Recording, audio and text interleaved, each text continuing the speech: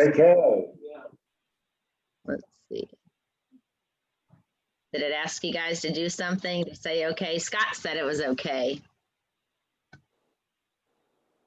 All right. Once Amanda gets on, we can probably go ahead and get started.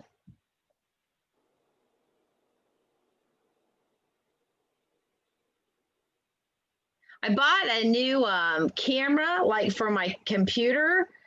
I had no idea the improvement it would make in the quality of video chatting. Watch the difference, and then this is amazing. This is my new camera. Watch this when I go back to my computer, the difference in the quality. Isn't that weird? That is weird, Sherry. Look at the difference. I'm going to go back. This is like the old one. Now look at the new. That's wild. That's so much better. It is. Like the clarity and all, it was like $30. I thought, wow. I've dubbed myself the Zoom zombie. I mean, I am Zooming a lot, okay? Off to Zoom I go. I thought I just need something better. So that's what we did. I know we had to get our computers refreshed, and they asked if I wanted headphones. I'm like, no, it's bad enough looking at myself all day the way it is. And then add something else. No, I can't even stand anything on my head, but right. But yeah, you do look at yourself a lot these days. You need to at least have some. There was a way, I was in a training, and there was a way in the top under the view, and the lady really recommended, because it was an all-day training, she said, I'm just going to recommend everybody hide yourself. You can go into the view and you can actually hide yourself, so you don't have that mental, oh my gosh, I'm looking at my hair and my chin, or how am I? She said, just forget it. Don't even, just forget it. But then do you get too comfortable and forget other people are seeing you? Yeah, you don't want that. Let me see if I can. Sherry, What? can you unmute Chuck and Melissa? Is it live? Yeah. Wait. They can't hear me. Can they? I don't know that they're muted. He's the LGL322DL. He should be coming back. He said he can't get it unmuted.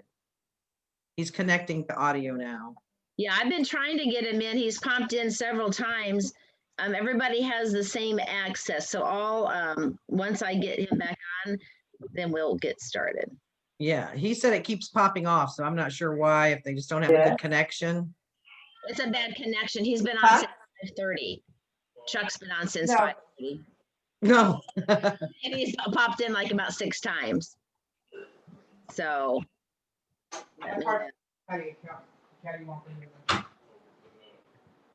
Oh, it says I cannot I cannot minimize while I'm recording. And I was going to minimize to do my bios, to introduce my folks.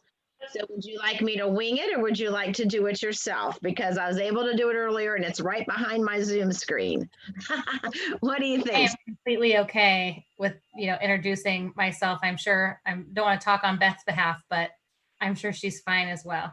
Okay. Yeah, I'd hate to unrecord and start again. So that would be great. Thank you for being so gracious. So go ahead. We'll go ahead and start the session. And I want to thank everybody for being on here. It's been a long time since we have had really a lot of conversation about any changes to the vocational rehabilitation rule. And we talked about it a lot for about 1.5 years with the best training that was going to be going out this summer. And there's been a lot of things that's happened since then. And then there's also some new information on the one individual single plan with assessments and ISP planning with work groups around the state. So we just thought, before the year ends, that we would like to have Stacy, and Kelly's back as well. And a new person that you've not met is Beth. If you don't know Beth, she'll be introducing herself. And just for a casual conversation and just to find out what's been happening around the state and any changes that we might be able to foresee in the near future, or maybe some things we talked about in the past that are being delayed or maybe postponed for a while with everything that's going on. So with that, I will just turn it over to Stacy to give a brief introduction about the work she does. Hi, Sherry. Thank you so much. It's good to see everyone this evening. Thanks for having Kelly and I here to talk with you around our vocational habilitation service and the basic employment skills training service. I know it's been quite a while since we've had a chance to be together to talk about the work, and quite honestly, it feels like years have passed and a lot has happened over the last several months. So I'm truly honored to be here with you. I'm going to apologize for what's in the background currently. So at any moment, you may hear a 5-year-old or a 3-year-old laughing, or you may hear them crying or screaming. It could be really anything. So hang tight with me, and hopefully that's the only thing, there's no other embarrassing moment. So again, honored to be here with you. Do wish that, we look forward to when we get time with you to be in person. I know that we've had a chance over the last several years to meet with you in person during all of this. And so sad that we can't be with you, but hope that soon we'll be able to be together again in front of you talking about the work. So I'm just going to give just a general update about kind of where we are with moving and bringing forward the basic employment skills training service. It is the best service. We have met before to really talk about kind of the history of this work, right? And to get feedback from you, many of you, throughout this whole process. But this is really that service that is going to be replacing the vocational habilitation service, or VOCHAB service. As we've talked about before, that VOCHAB service is the service that's typically happening in our sheltered workshops or in our work centers. And we've talked a lot about over time, just our need to really make sure that we are using that service across the state, not only in authorizing the service, but that providers are providing the service the way that we should in alignment with federal regulations, while also right-sizing it, keeping in mind the importance of this service and the importance for people to work in workshops and work centers. And so we have come up with a plan, and we talked with you, I think the last time, Kelly can correct me if I'm wrong, the last time we met, it was actually going over that plan and going over timelines. And the plan is to make available the service basic employment skills training that actually has kind of 2 tiers to it related to serving individuals. The first tier is really that service basically is for anybody over the 18 and over who is working towards community employment. And then tier 2 is for individuals 50 and over who have actually been in the vocational habilitation service for a long time. And they want to continue that service the way that they know it. And so our goal is to make this a tier 2 process. It is often sometimes difficult for me to remember. We've been working on this since 2017, and we had some kind of changes in the process over time. And this was originally set to be effective April of this year. It then moved to the end of this year, and it has now moved again. We want to really be understanding to the situations that we are in currently and that individuals are experiencing, families, providers, county boards, related to our emergency response to COVID-19. So we did decide in August of this year that we would push back this service being available until October of 2021. So we still plan at this point with moving forward with that service, as we've talked about before, but that service will be coming available October of 2021.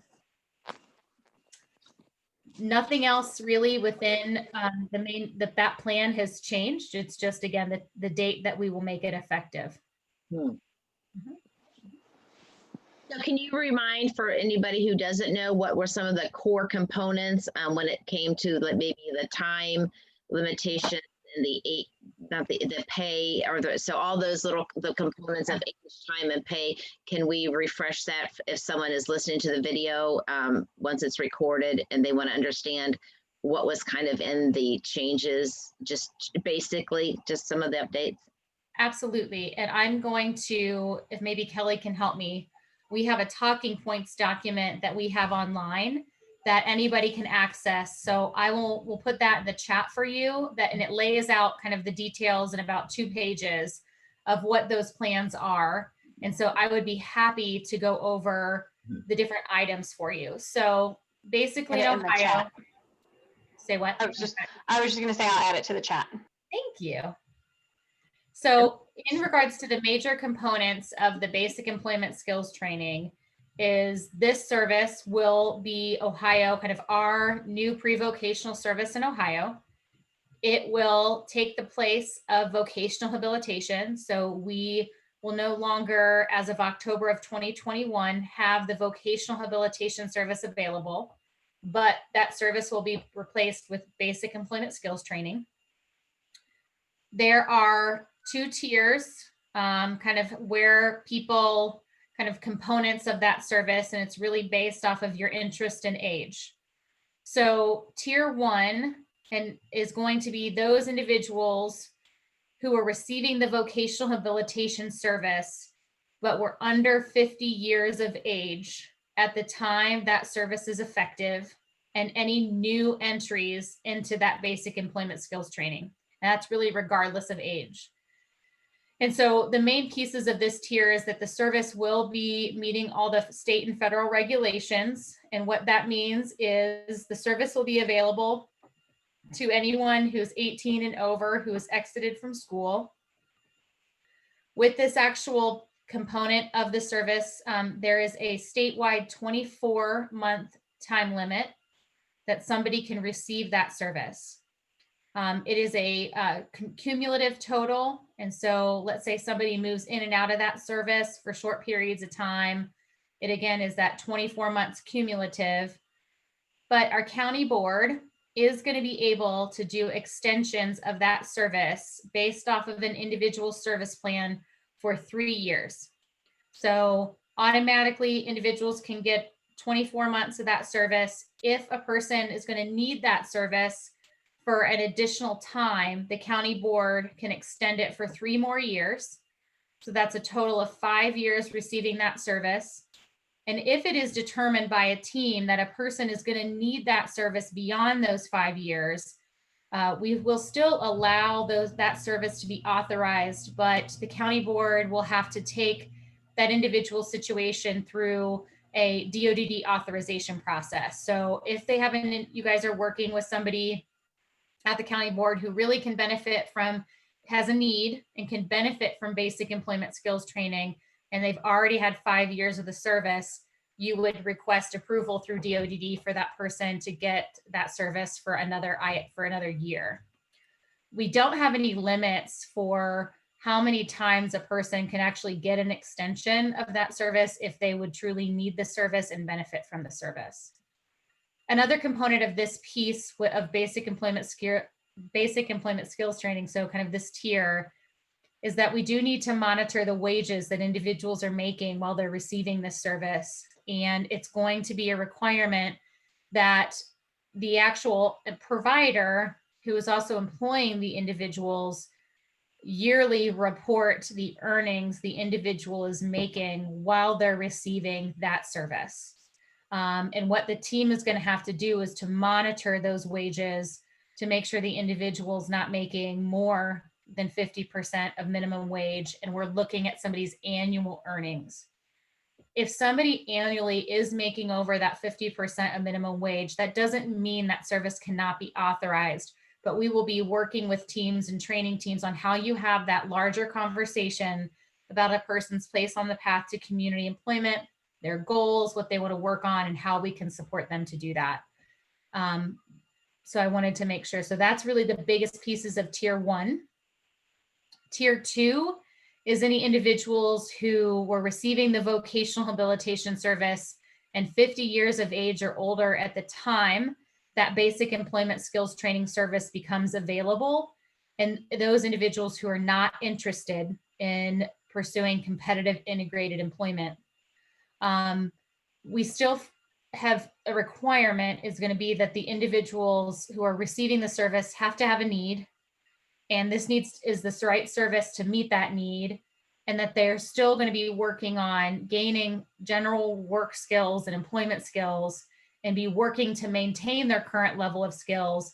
But it's truly that piece where they are not interested in going to competitive integrated employment. So there's no wage reporting requirements. There's no 24-month time limit, any extensions. It's basically to allow them to be in that service, just because that's, we heard really loud and clear that that's what's important to individuals and families, especially for those individuals who have been receiving that service and working in that way for a really long time. What we do know with this plan is because it's delayed back to October of 2021, we have had several conversations, as we've spoke about before, with the Centers for Medicare and Medicaid. So at the federal level, they do have to approve our plan.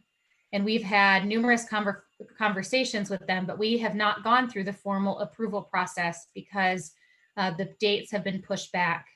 So when we go through the actual approval process, we may get more questions. Part of this service, that tier 2, is we are asking to not be in compliance at the federal level. We are asking for an ability to have some flexibility because of our outreach with families and individuals. And we still don't know if they will or they won't approve it. We are hopeful because of the work and the outreach and communication we've done across the state that this is a plan that they will move forward with. We will start with that formal approval process in the beginning of next year. So we will start at around January of 2021 to get the work moving forward. And I'm hoping we can come back and connect with you to give you an update on how things are going. I have a question. Sure. Go ahead, Chris. Okay, so Stacy, you referred to tier 1 as the provider being an employer, when that's truly not the case. Is that right? They're not the employer, they're the training ground. So many of our actual 8 providers who are delivering that vocational habilitation service are also the ones employing the individuals receiving that service. So when you say employing, and I'm just thinking of places like We Can Too, they're considered a voc training center, right? They are, absolutely, but they also, at least the last time I don't know if things have changed, they were also issuing paychecks to the people that they were actually billing Medicaid services for. But that's one of the parts kind of we're trying to work on, is really making sure if you're a provider that you are providing that service as we are required to do. If we get federal funds, we do have requirements that we need to meet to get those funds.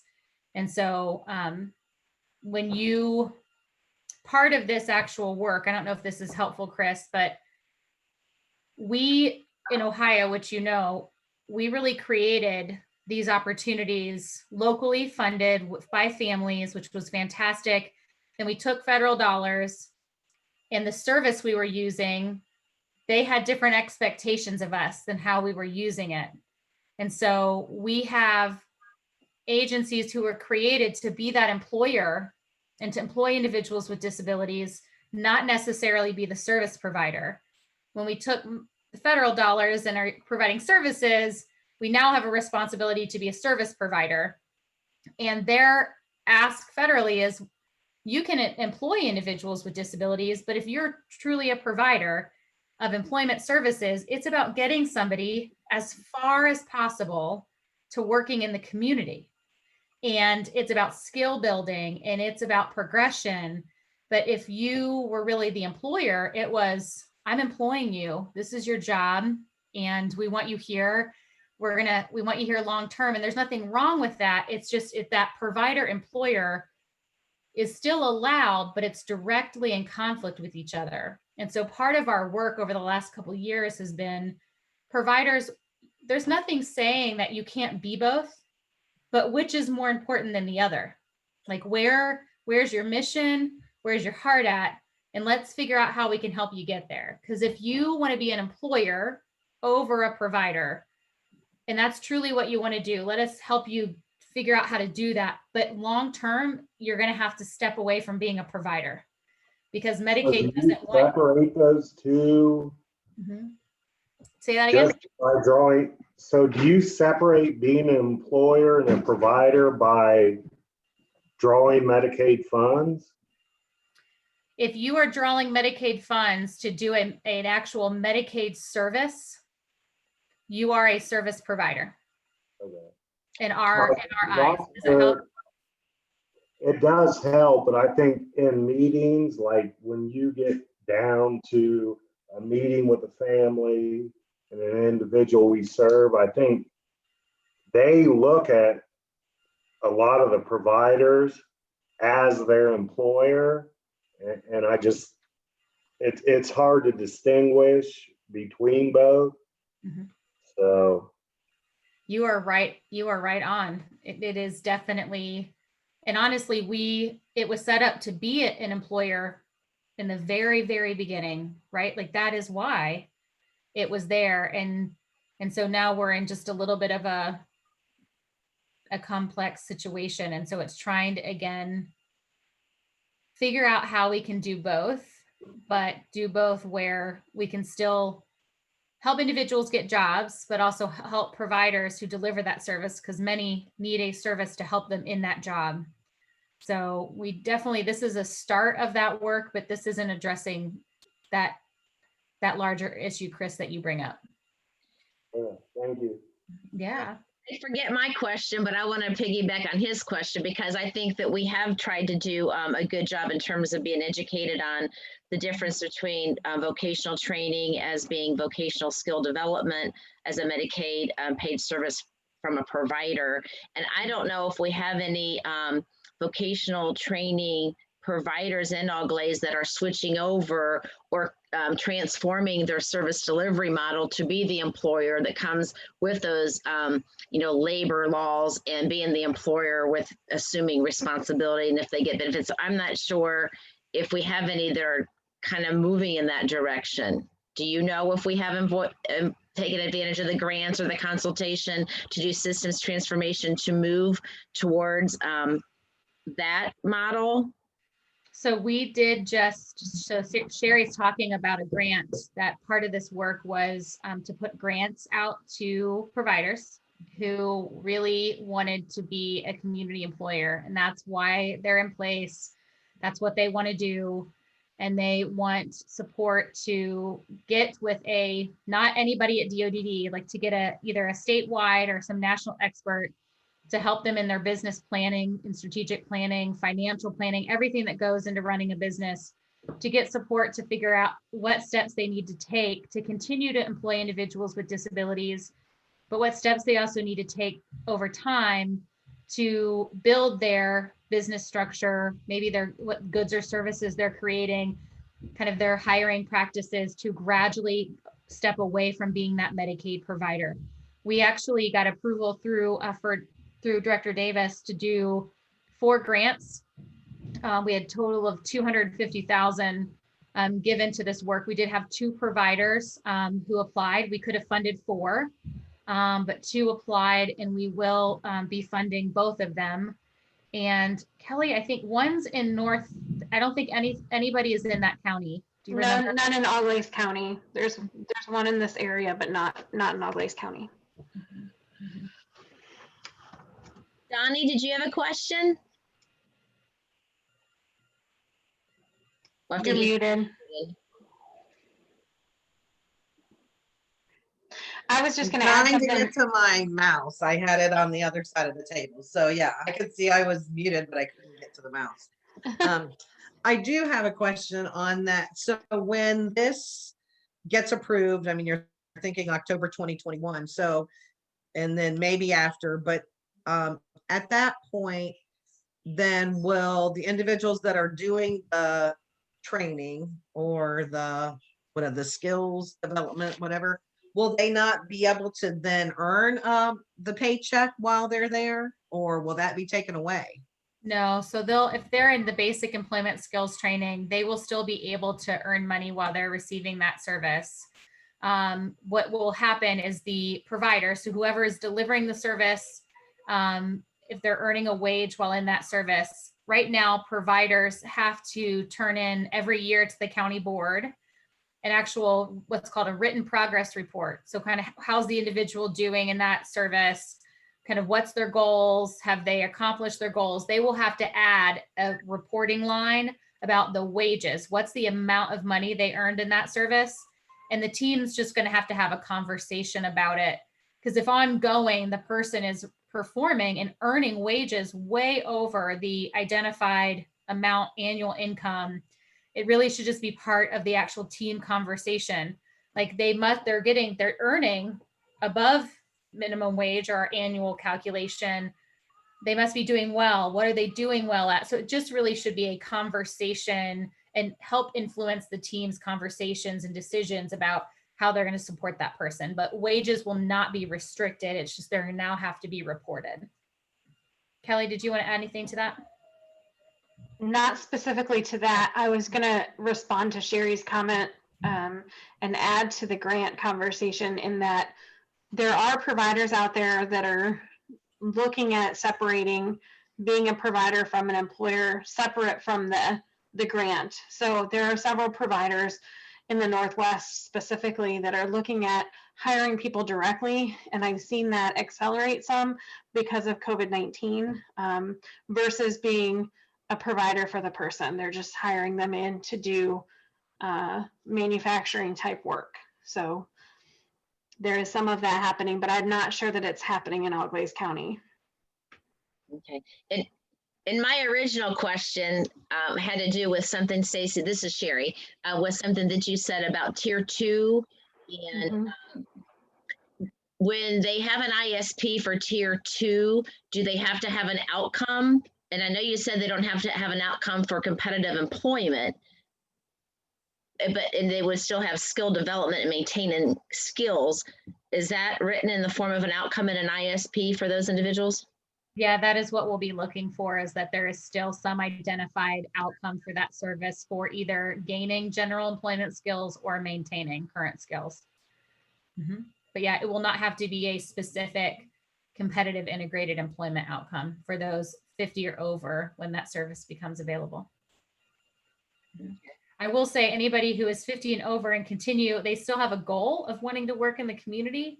They don't have to just automatically fall in tier 2. So that's something we really want to keep in mind, that if somebody is receiving that service and they do want that support, like that is a goal of theirs. Just because they're, maybe 55 doesn't mean they sit in tier 2. They can have access to the other part of that service to help move them forward in that work.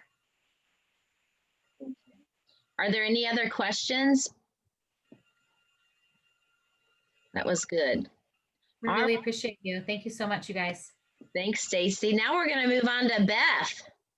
This is new information for some of our listeners. Everyone, I think, on this phone call has either been to an assessment meeting or been to an ISP plan meeting. And I know the state has a work group that's been working really hard on simplifying that process for us. Director Davis's words were kindness and simplification. So we've got the kindness thing down. We just need to work on how do we simplify some of our processes to make them more efficient. So I'll turn it over to Beth. Beth, if you can tell us a little bit about you and what you do at DODD and what you know about the work group that's been going on to help us as we enter into future planning with our individuals. Sure. Hi, everyone. I'm Beth Chambers. And I had done accreditation reviews for county boards for many, many years. And it's been very exciting since Director Davis came aboard. He really selected a group of us to really transform. We're charged with the daunting task of kind of transforming service coordination throughout the state. So that means county boards, it means SSAs, and it also involves our ICFs, our intermediate care facilities, and the QIDPs, the Qualified Intellectual Disabilities Professionals. So we are really trying to look at enhancing and improving services across the board, no matter where you live, that we are looking at things the same. If I'm developing a plan, there are some certain criteria templates, and then we don't want to lose sight of the creativity. So part of that, so there's transformation, there's a lot that goes into that. We know that we need to do a better job at DODD of supporting that role of service coordination. And we know that SSAs in particular, we have kind of put the weight of the world on their shoulders. Where anything didn't fit, we just said, we'll let the SSAs do it. So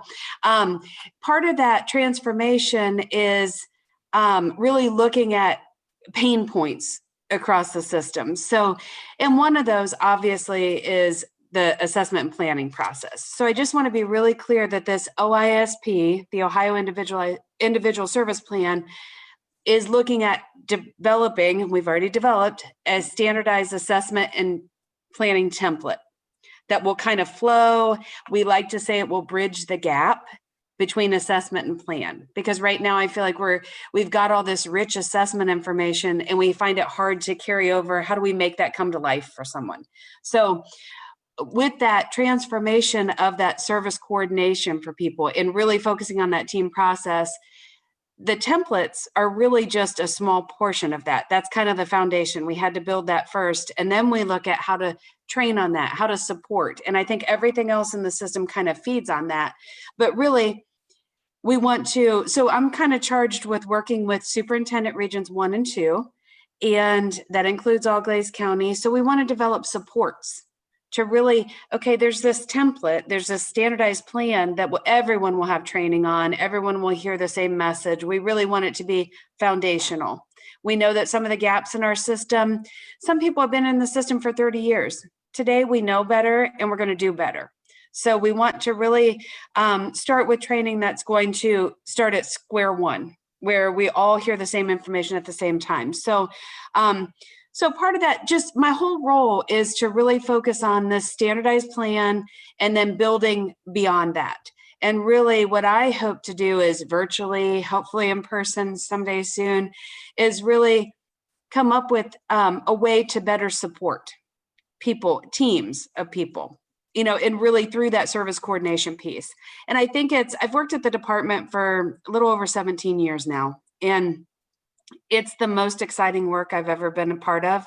I know that it's been talked about since before I came on board at the department. So it's been talked about for at least 20 years, like developing this standardized plan where we can put the really cool stuff about somebody. That can be the person-centered part. But at least we have a template that if I move from Auglaize County to Franklin County, it will be the same thing. So it won't take someone 3 weeks to kind of get adjusted and figure out what I'm talking about or where we put things. It'll be a standardized approach to the basics. And then we get to talk about all the fun stuff. So I know in the beginning, there was some fear that standardized meant we take away the person-centered. The opposite is true. When we develop that foundation and that standardized approach, that's when we can make Sherry's plan look totally different from Stacy's or Kelly's. And we put the good stuff and we really take time getting to know people in a different way. And we focus on their abilities and how they contribute. And we want to take away all those barriers, and that we really have some culture shift, some culture work to do. And I think that's part of my role in that transformation is, you know, we've gotten some feedback where this is going to be really hard if people have intense needs. Well, we need to look at it as if I have really severe needs, then how do you make my day as special as you can for me? Maybe one day at a time. If I can't really leave my house much due to some physical things, then how do we break that up and look at it short term? Where how do we get some of that back? If my rights are being restricted for a certain reason, how do we look at, how do we help Beth with that? And kind of break it out into some stages. I think, so obviously this single plan, it's going to be standardized. It's going to be used across settings. Like I said, the ICFs, the waiver settings, different counties are going to be the same. This will be all across Ohio. There'll be intense training on it. As Sherry mentioned, Director Davis has been extremely clear in his mission and his core values and the guiding principles of kindness, simplification, standardization, clarification. I think the big point in doing all of this is we all know that so much time and resources and energy is spent on assessing and planning, monitoring those key functions now, but we're missing something. So it's sort of, we put too much on the SSA. So we need to really unbundle some of the responsibilities and look at those core functions. So what we hope to do with any plan author basically is to really look at the 4 key components of their job is assessment, planning, monitoring, and revising. What we hope to do is get rid of this annual event of a meeting, because if I was an SSA, I would freak out every time I looked at my calendar because it's just daunting. So what we want to do is there's still annual redetermination dates and paperwork that has to go along with that. There's still an annual piece that has to be done.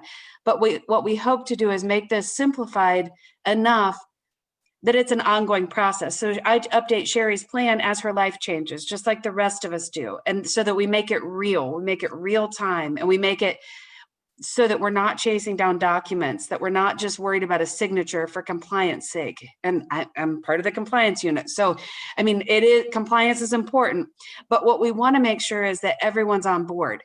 I think we really want to shift the focus of outcomes. Kelly Farrenbaugh, some of you might be familiar with her. She's done a lot of person-centered planning around the state, and we've talked so much about outcomes. But she and I had kind of this revelation where, hey, how about we quit judging the quality of the outcomes right now and just say, even if they're not the greatest outcomes, are we checking in? Are they even happening? So to me, the only thing worse than not asking what someone wants is to ask them and not do it, and not make sure it's happening. And I think it's very disheartening for everybody in the system when someone tells us the 2 or 3 things that are of utmost importance to them, and then we can't figure out how to make it happen. So at least let's free people up to really look at, if I say 2 or 3 things are the most important thing for me, it's everybody on that team's responsibility to make that happen through ongoing communication, through checking in, and not waiting 3 months to see, did we do this? Check in. If there's a barrier, something's getting in the way, let's figure out how to regroup and come at it from a different way. But we owe it to people to really take what they've told us is important to them and follow through. And we've just put too much, we bogged down the system with things. Everything's a priority right now, and we've got to streamline that. So all of these things I'm talking about, we do know that we have some rules and statute that kind of gets in the way of all that simplification right now. So we do know that rules will have to be revised, developed to support all of this work. The director's mission to simplify during COVID, I think, there aren't many silver linings, but as our unit always said, we could get so much done if we were just able to stop for a minute and regroup and focus. So we were able to do that. And a lot of our reviewers who do compliance reviews across the state were able to focus and help us look at developing some training around this single plan. And really, we developed a group that just did the readability scale through lots of our work. We realized that we use big words that people don't understand. So we have literally been very unwelcoming unintentionally from the beginning. When we look at the word assessment and it says that's too complex. So we realized that what reading level is comfortable to people. And if we really want it to be, I pick it up and I know what to do, that we simplify some of the language and we simplify some of the rules. So we have a group that's really dedicated to doing that with lots of our, the stuff that comes out of our office. So the plan, obviously the assessment plan, we know that there's also a place where we have to bridge that information. A lot of times we do get that assessment information and it doesn't get carried over to the plan. A lot of times we pick up plans where from a compliance standpoint, we don't know who's responsible for certain things. And it's not that important that we know, but how do the teams know? So we talk to providers sometimes where they're not sure what they're supposed to be providing. That's a huge problem. So sometimes it's that the SSAs are too close to the information, so you kind of know the story, so it's hard to capture it. So we need to do some work on that too. So really making sure that everybody has a role and responsibility, and every role is important. So we're really going to emphasize team process, and that every member plays a valuable part in that team, and that it's everyone's responsibility to speak up if something's not working or if you have information that would be helpful. And really empowering providers to say, I'm not sure I can make that happen, so that we're talking about things before people leave the table. So especially outcomes, it has to be realistic. Otherwise it's not going to happen. So making sure everyone's part of those conversations. Really, as I said before, direct service professionals, we want to empower them. They have better information than anybody on that team. So they know the day to day. If we're asking about taking someone to the bathroom, an SSA doesn't know that because they don't do that part. So I think it's very important to really go to the source. And how do we make sure that we're getting that valuable information from direct support professionals? So we talked about that, and I'll try to be quick. I could talk about this for like the next 20 hours. So I'm so excited about it. But I really think it's important to know where we came from. We started this whole work around developing a standardized plan from some town hall meetings. We broke up throughout the state, and we tried to get as much feedback as we could from people get all over the system, people getting services, families, providers, DSPs, ICFs. And then we analyzed that. We also spent a lot of time shadowing SSAs and Qs around the state so that we could get a look into a day in their life, to understand. And then we developed a external work group where we had, again, individuals, family members, advocates, DSPs, large agency providers, county boards, ICFs, where everybody was represented. So we got through a lot of work. We developed a standardized template for the assessment. We tested that phase. We got feedback from the testers, and the tester group was a totally different group of people than the people who developed the templates. So we had, again, large mix of people. We had counties testing it with at least 2 teams. And then we had some ICFs. We had some of our developmental centers involved in that. We asked that people test the templates out on people who had all kinds of needs. Some had very few. We tested it on kids. We had them use it for teams of people who had high behavioral needs or high intensive medical needs, so that we made sure that we weren't missing anything. So we've now completed the final testing. And so they used the assessment on the same person they were developing the ISP for, so that we could see that flow and really see the connections. Hopefully we were able to bridge those gaps where if I'm getting this assessment information, am I able to summarize it and populate the ISP from that? And then be really clear about the responsibilities. How is that going to come to life? What's that going to look like for someone? How are they going to be supported? How are we going to check in? How are we going to come together? So we got some feedback. The final testing just wrapped up on October 12th. So we've analyzed the data. We're meeting with the external work group tomorrow to kind of go over that, to kind of get ready for the next steps. Again, really focused on outcomes and like team process and that bridge, so we're not losing anything. So we're hoping that when we narrow the focus of the plan author's role, that we really focus on you're not spending too much time on assessment, because that's the most information. And hopefully it's through casual conversation, because that's where you're going to get the best information. So that should be where you spend the bulk of your time, and then developing a plan. And then you got to see is it working? Is the person getting what they needed? And then you're revising it. And we know that revisions have been a terrible kind of bog down in the system. So we want to make that easy. We want to make it pretty much a no-brainer that if something happens in someone's life, you're changing it as soon as possible. Everybody on the team is made aware of that. So really trying to simplify that and really cut down on the other outside background noise and the other responsibilities, so that people can really help people get the best life they want. And when I say best life, I mean messy lives, just like you and I have. Like everybody should have the same right to not have things go their way. And we celebrate people's successes, but we also need to celebrate their journey. That if it took me 6 times to finally get where I wanted, then that's almost to be celebrated more, because I was able to kind of stick with it and overcome some of those challenges. And sometimes I think we forget that. So empowering the teams. The next part of this is going to be a training. So I feel like tonight's a teaser. I didn't know if you guys wanted just casual conversation. But I didn't want to do a PowerPoint, because any day now you're going to get little reminders that there's an overview, a high level overview of all of this information, the philosophy behind why the change is needed, kind of what that's going to look like, Director Davis's mission for this. We've developed some recorded trainings. Our review staff have put those together. So it's going to give you that kind of history, why we need it and hear this message. And then that's going to be the first part.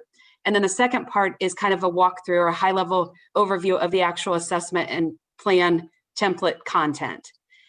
Then we've also developed an IT solution. So we have a platform that's going to support the IT work to make this all streamlined and hopefully very user-friendly. So that is Salesforce will be the platform. And then SenseCorp is the IT vendor who will be developing this and kind of making it come to life. We have worked, the level of commitment is amazing to me, that what we've been able to get done in the last couple of months, I'm amazed every day. It involved daily meetings for a while of us talking about the requirements and making sure that the IT and the tech people were speaking our language and they were understanding what we need. So we're through a lot of that. We're doing user stories to make sure that we captured it. So we're knee deep in that work right now. So we are, really committed to making this successful. We know that the timelines, I think everyone's interested in, but a little bit more about the training. So there's part 1 and part 2 that's required. We want everyone in the system to have that. After that, it will lead to role specific training, kind of modules. And for SSAs and Qs, the plan authors, they will be authorized within our system. So there'll be kind of a skills check, kind of making sure that they're understanding the concepts. And then for everyone else in the system, we're just encouraging that, they take all these modules, and it will outline kind of the roles and responsibility of each team member and how this will affect them and how they can benefit from this system.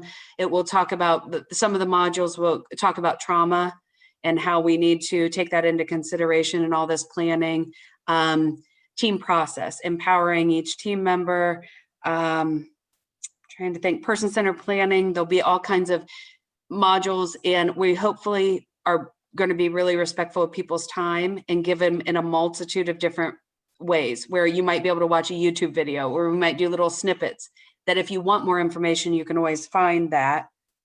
The timelines for the rollout, our goal is to have new plans entered into the system by March of 2021. And then we will give it 1 year, and they'll be based on span dates that by March of 2022, we expect that all plans will be in the new system.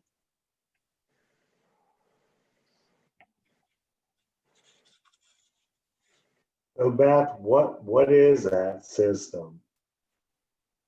That is when I talked about the SenseCorp. It will be a Salesforce. It will be, all the plans will be entered into the IT system so that a provider can have access, the county board can have access. It will all be online. Is that similar to the original thought behind Imagine? Sort of. Similar concepts, because I think the concepts for Imagine were great. The difference is now this will be standardized, and everyone will have to either use the system that we have, the standardized system, or it is available for third-party vendors, but we have mentioned that third-party vendors would have to keep up the pace with Salesforce and SenseCorp that we're doing, and it would have to feed into it. So there's no choice to be kind of an outlier. Like, it will all have to feed into our system and be accessible through that one system. I knew, this is Sherry. I knew that for a while that there was conversation with, I think it's Primary Solutions. I believe we don't use them, but we do use Britco. And I didn't know if there are continuing conversations with some of those specific third-party vendors to where if we use Britco and put it in Britco, that it'll feed up into for a data exchange with the new IT solution that's offered from DODD. Can you speak a little bit about that? Because I think that's probably why Amanda just popped up. Oh, that and just another question, but no, that is, yeah. But yeah, and I don't know that those conversations are happening now, but they will be shortly, because I think we're just working out kind of what our end will look like. And then, but that is definitely on the radar, is that conversation about how that will look, how that will feed in, and what the expectations are of that third-party vendor. And I would guess some healthy competition is great. So I see people rising to the occasion in our system, and I think it will all benefit the greater good in the end. Yeah, and I know Brico is very interested and have been excellent to work with. But my question is, one is we kind of looked at kind of like a simulator, or I don't know what we were given just to kind of look at it, and it seemed very narrative, like just filled in. So I was just wondering, is that still kind of what people are looking at? And we're kind of, in our field, we're visuals. So we kind of want to see, once in that training, will we see what is somebody's plan look like and how to put it in? Because so many times when it's so narrative, then it gets really bulked up and you're trying to find what you need to find and things like that. So that was just kind of one of my questions when I first looked at it was, oh, wow, this just looks like a big Word document narrative thing where it was, it looks fantastic. And I'm so excited. Please don't take that the wrong way. I'm just trying to figure out. I don't get offended easily, Amanda. Okay. As you know, like a day in a life, I had 15 things to do. Is that something that we could even now see, hey, here is one, was a temporary one that we tried, somebody with a lot of different issues and how it looks, to even take our anxiety off, as in what we're getting ourselves in, not getting ourselves into, but how do we take our plans that we have now or assessments and put them into that type of plan, like that assessment. I don't know if that makes sense. So I love that, Amanda. I'm hoping that maybe the YouTube videos and the training and the mocking up to kind of show us what it is like right around the corner. So I doubt, other than the teaser tonight, the movie trailer that we're having right now before it goes big motion picture, I don't know if they can commit to that. But one of the questions that might help with that question is when you talk about all the narrative in the assessment and pulling up and aligning with the ISP and the outcomes, can you tell me if the system takes the information from the assessment and puts it in the proper places in the ISP to eliminate that redundancy or that duplication of cutting and pasting or putting it in there, because it should feed up into it? Is there going to be, kind of Amanda's point, taking all the narrative and feeding it up to the ISP plan to make something workable and pretty? There is some of that. And I do think that a lot of that, we don't want to show too much, because if we gave you a glimpse of it right now, it's not in the IT solution yet. So it would give you a false impression. The testers, our IT unit, who now gets standing ovations everywhere they go, they were able to quickly develop something that was kind of a limp along for people to use electronically. There were some glitches with the final product. With the assessment piece went really smoothly. So the ISP part was a little tricky. So we did hear some redundancy issues, but I know, Amanda, when you first saw it, I'm guessing that was early on where there was a ton of narrative. There's not that anymore. But what we've got is, when I say bridge, there's all this rich assessment information, and then it's kind of flagged like possible or potential outcome, where it might pull that over to flag, like, I looked at this and it might carry over here. So it's kind of organized in that way, or, and then there's a summary. And our hope is that summary section, it might be some narrative, you might be, pulling some things over, but hopefully that's what builds the plan. So to me, that was kind of the bridge where you make sure nothing gets lost. So what we're hoping to do is streamline that. And we also know, like when I'm hearing myself say this, I'm also knowing the commitment level to really narrowing the focus of those plan authors' role. Because right now, you're trying to figure out how to do all of this given today's current situation and the expectations. And what we're hoping to do is alleviate some of that before this would come into play. And so I think, what we might do is share some testimonial kind of information from the testing group, because they would have had access to the most final product. I don't think it would do it justice to show more. I'm not trying to hide, or if anything, I'm usually guilty of sharing too much too early, but I've had to confess many times. But I do think we don't want to hide anything, but we don't want people to freak out about something that's not even going to be an issue. Such as, I always say it was kind of a benefit when people were hearing that it was, 80 pages or something. So by the time it came to light, we were like, oh no, it's only like 10 or, so it was like people kind of already went off the deep end, and now we can reel them back into somewhere in the middle. So it's not going to be perfect. Nothing we've developed, nothing we've built, bought has been perfect. One of the key things is we're not going to probably make any changes for the first year, any significant changes. We're going to kind of let it work itself out, really bank on training, and really think of DDP training, where there's kind of a guide to walk you through the assessment, that we want this, it's standardized. And we've never had a point in our system where everyone is hearing the same thing at the same time. And we really are committed to that. We have to be ready to handle the truth. So if we said that we're committed to doing all this, and the director's been very clear about what the expectations are, we need to know if we've been meeting the mark. So there will be a lot of chance for people to give feedback. We just don't want to make changes too quickly and too often. We want to make sure people are giving it the time, the level of commitment. Obviously, if there's a blocker that just keeps people from doing something, yes, we would look at that. We're also trying to separate out the training of the content of the assessment and plan from the IT piece. So those trainings will look very separate.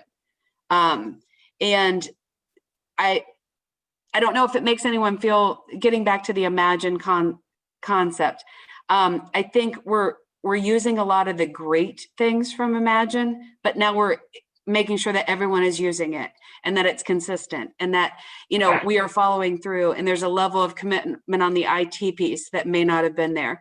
It makes me feel very confident, the daily meetings we've had with Salesforce and SenseCorp, that they are committed to understanding what we need.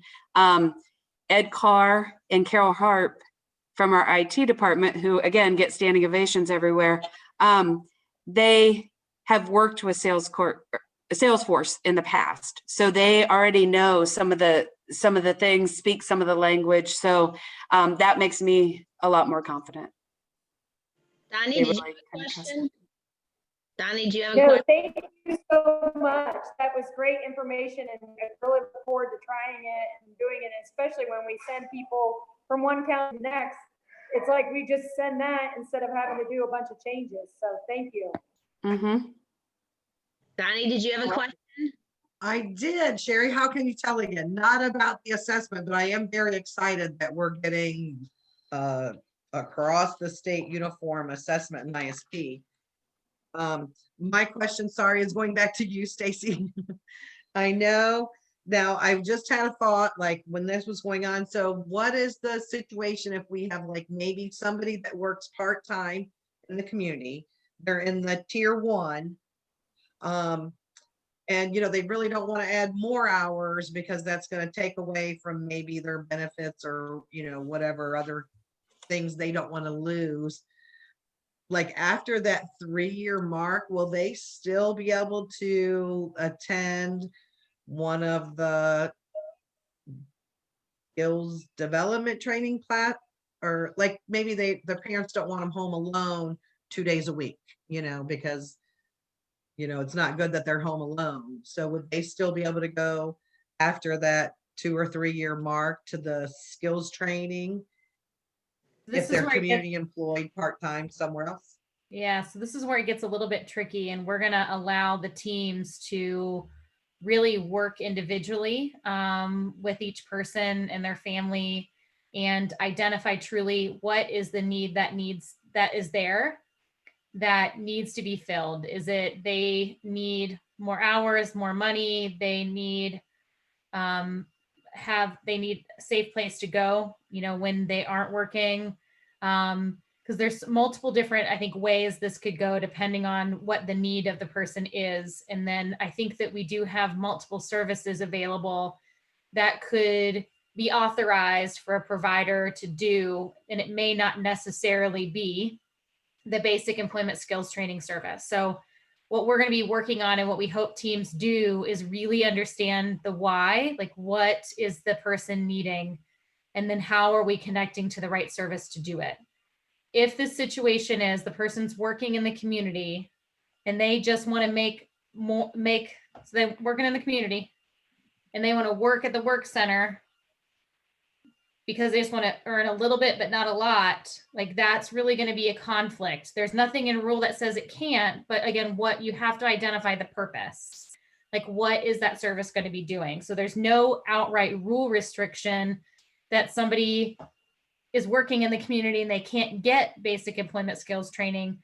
But when those two things are happening together, when basic employment skills training is about getting you working in the community and you already are, it doesn't really match. Do you see what I'm saying? But there are services, if that really the team determines that's the right fit, there's nothing restricting it. But again, we just really we hope with I'm hoping and others with the one assessment and the one standardized plan and kind of the conversations that we're having with families and individuals and services really help kind of identify what service makes most sense.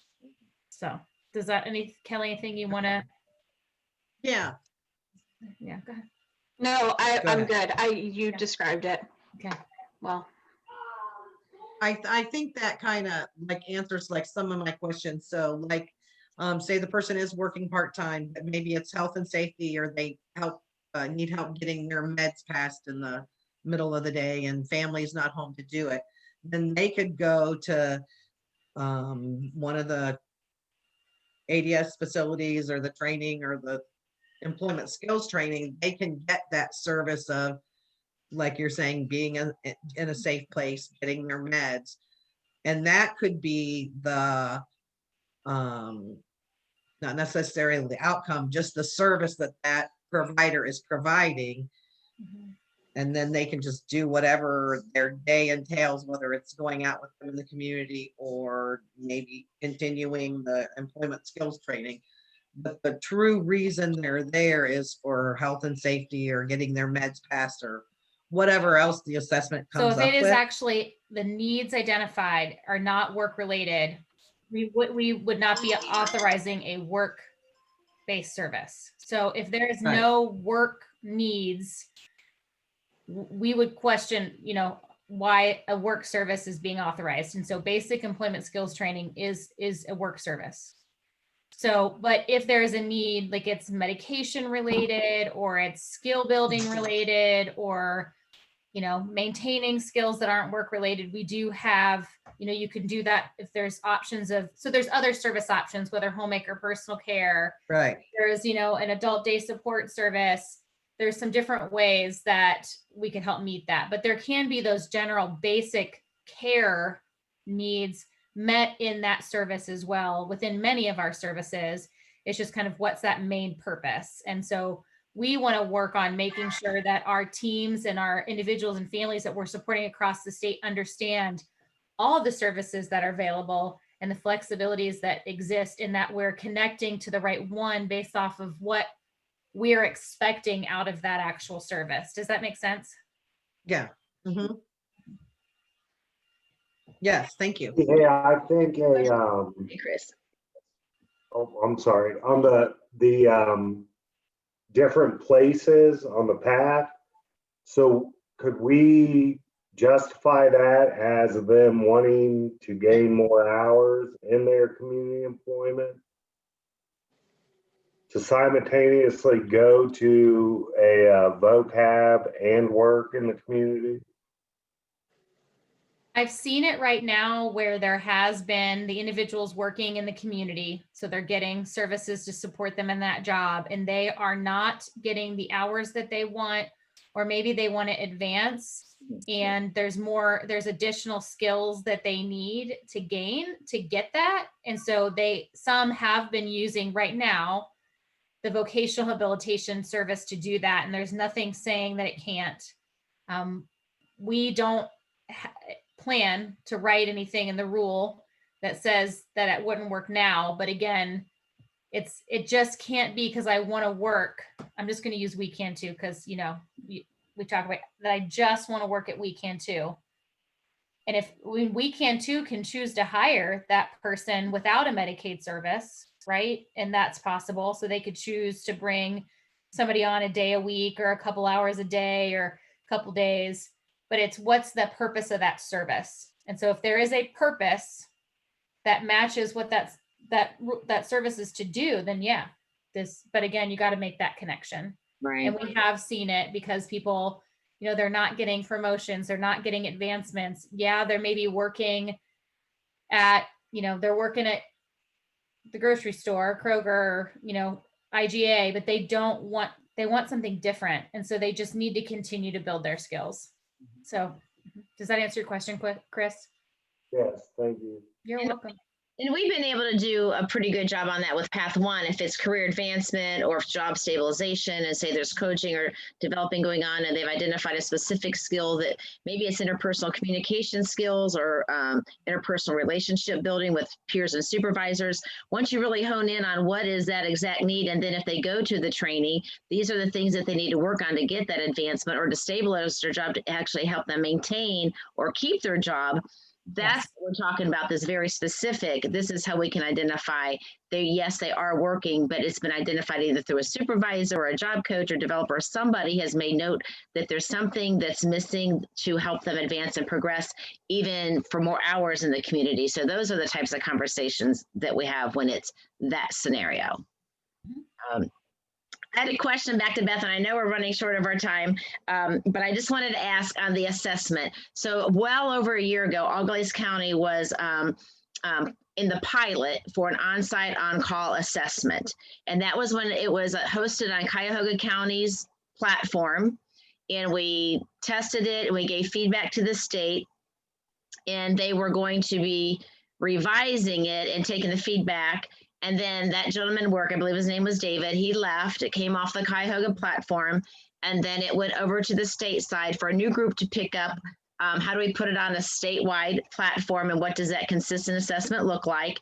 And we're going to be a pilot for that as well, to do the second round of improvements for that. And so my question is, and I give that context for people who may listen to this later, is the on-site on-call assessment going to be in the one ISP assessment, or is it going to be a standalone assessment like we have other assessments that we do, like med assessment and waiting list assessments? We have a lot of standalone assessments. So where do you foresee that piece? Because it really does really closely tie into the ISP writing and services that are authorized based on need. Yeah, I'm glad you brought that up, Sherry. I think it's a very valid question. And I don't know all the detail, but currently there's kind of a bridge between today and where we hope to be with all those standalone assessments, those outside. There's an assessment center where they're kind of working on bridging that gap. It'll almost be like the second iteration of work priorities that we do. But right now they're taking a look at all of those things. And our overall goal is you only answer the question once, where we can say, is a same or similar question asked here, then we carry it over. We're not there yet. And I don't know when we'll be there. It might take a while, but they're really, it's like phase 2. So they're looking at that down the road. But right now there are several of those standalone assessments, and the on-site on-call right now is that a standalone assessment, where even the add-ons right now, there's kind of a checkbox to say, does the person meet the criteria for this add-on? So that it will be captured in the plan as the final response, but there will be some outside assessments. Think of like self-med assessments. There are so many of those. We struggled with, do we bog down the actual assessment standardized template with all the options, or do we do the outside? And right now it made more sense for many of them to keep them as standalone, with the thought of, we know that we want to connect them in some way in the very near future, hopefully. Okay. Does that help? It does. I didn't know. And do you know if that work is still going forward to push the pilot back out, or is that a work group that you're not aware of? Because we thought we would be able to kind of test it and use it as a tool as we continue planning. Because that seems to be a big usage in our area. And we're kind of, to Stacy and everybody's point, is assessing need and then having those team conversations. And we thought that that tool would help us get to a conversation, I guess. And I don't know, I know about the group, but I don't know the details. So I don't know enough to give you a very good answer, but I can check into it. I'll let you know. All right, thanks. Okay. Well, I know we're running over our time, but I do appreciate that, having the conversation and then questions and answers. So before we wrap it up, is there anybody else that has a burning question that just can't wait? Just want to kind of open it up. No. Means you've done a great job explaining all the things that are happening that are coming down the pike. So again, I do want to thank you both, all three of you, actually, Kelly's here too, for spending time with us in Auglaize County. We really do appreciate it, and it means a lot to us. So look forward to working with you with these new things coming out and providing feedback when asked. I love the excitement. Thanks for having us. And stay tuned, because there'll be those for part 1, part 2 overview, and then there'll be live chats for any discussion coming down the road in November and December. All right. Great. Thank you, everyone. Have a good night. Thank you. Good night. Bye. Bye-bye. Thanks, bye. Thanks. Appreciate it. Who are you talking to?